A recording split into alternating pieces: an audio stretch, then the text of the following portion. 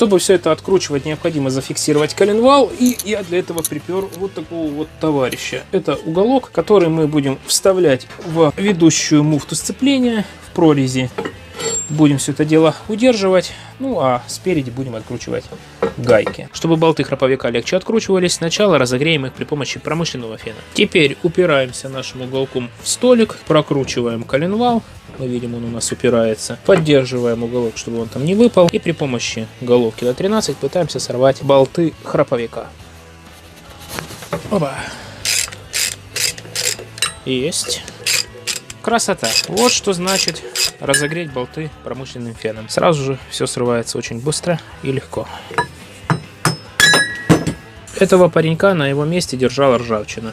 И здесь на этом двигателе много что вот в таком состоянии. Надо стукать, грюкать, ну что поделать. 20 лет есть 20 лет.